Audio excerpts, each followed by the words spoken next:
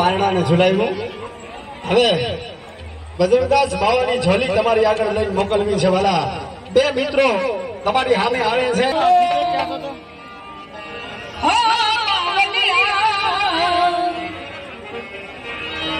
झोली मेरी कर दो पकड़ाना वाले पार कर दो पकड़ाना वाले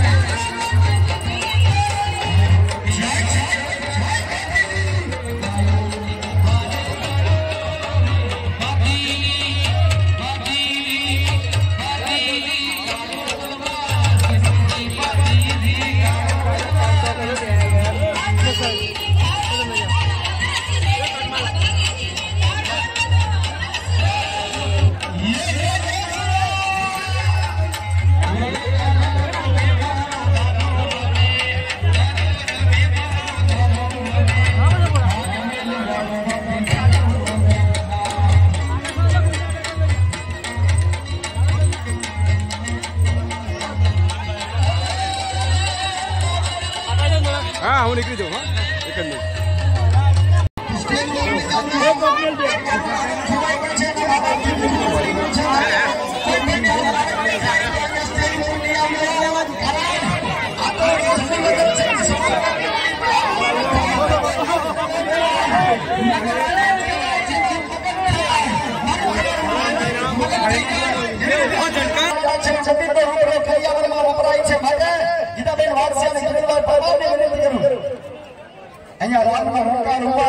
भगवान ने विनती છે વાલા કે આવો મારો બાપરીઓ તમારા નામની ઝોલી ફેરવીની ઝોલી માલિકા લાવો હાથ કરવા માટે અહીંયા રામના નમકારો 101 રૂપિયા આવે છે મારો મધુરાજ બાવલી હમણાં ખજાને ખોખ પડવા માટે ગીતાબેન વાત્સ્યા કરીને ભગવાનને વિનંતી કરું એવી છોટી રજૂઆત કરે જેમાં બધાય પ્રેમી આત્માઓનો ઉદયનો ભાવ થાય છે માટે એ વેલી વ્યક્તિને વિનંતી કરીએ આવો મારો બાપરીઓ ઝોલી એવો ભાવથી आज मधुदास बावली जरूर भाई भाई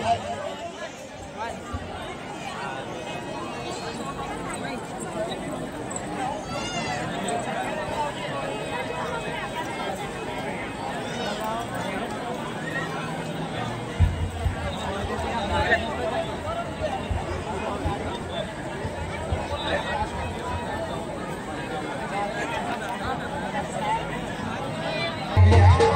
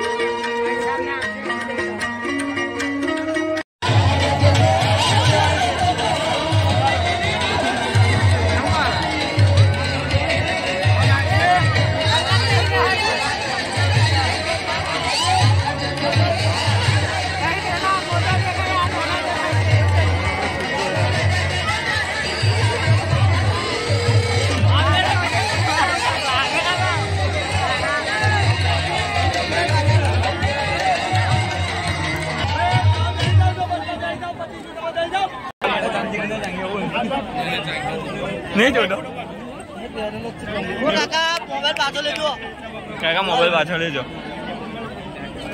આ બાજુ ઓકે હાલો